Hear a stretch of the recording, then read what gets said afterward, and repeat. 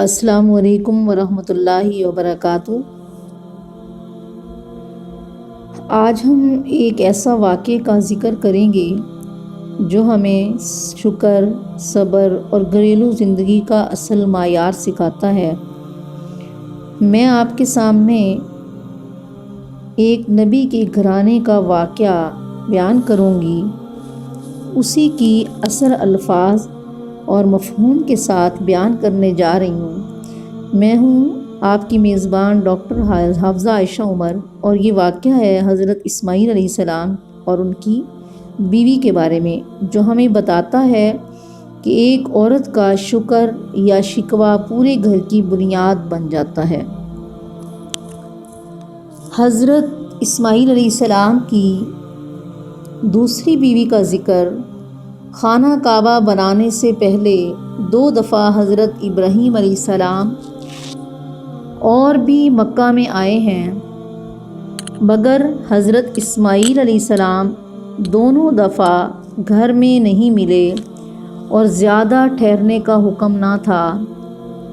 پہلی بار جب تشریف لائے اس وقت حضرت اسماعیل علیہ السلام گھر میں ایک بیوی تھی، حضرت اسماعیل علیہ السلام کے گھر میں۔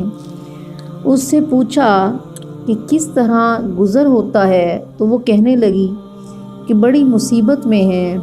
آپ نے فرمایا کہ جب تمہارے خامد آئیں تو ان سے میرا سلام کہنا اور یہ کہنا کہ اپنے دروازے کی چوکھٹ بدل دو۔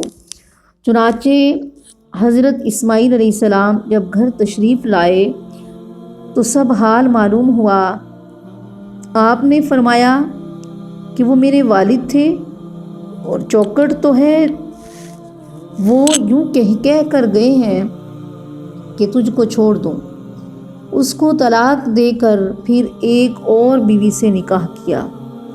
جب حضرت ابراہیم علیہ السلام دوبارہ آئے تو یہ ان کی جو بیوی گھر میں موجود تھی، انہوں نے بڑی خاطر کی اور آپ نے ان سے بھی گزارۂ حال کے بارے میں پوچھا تو انہوں نے کہا کہ اللہ تعالیٰ کا شکر ہے، بہت آرام میں ہیں۔ آپ نے ان کے لیے دعا کی اور فرمایا کہ جب تمہارے شوہر آئیں تو میرا سلام کہنا اور کہنا کہ اپنے دروازے کی چوکھٹ کو قائم رکھے۔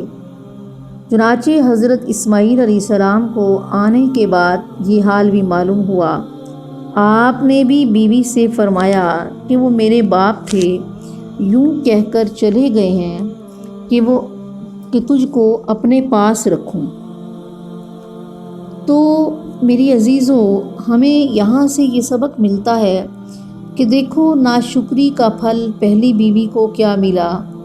ایک نبی ناراض ہوئے اور دوسرے نبی نے اپنے پاس سے الگ کر دیا، اور شکر اور صبر کا پھل دوسری بیوی کو کیا ملا کہ ایک نبی نے دعا دی اور دوسرے نبی کی خدمت میں رہنا نصیب ہوا۔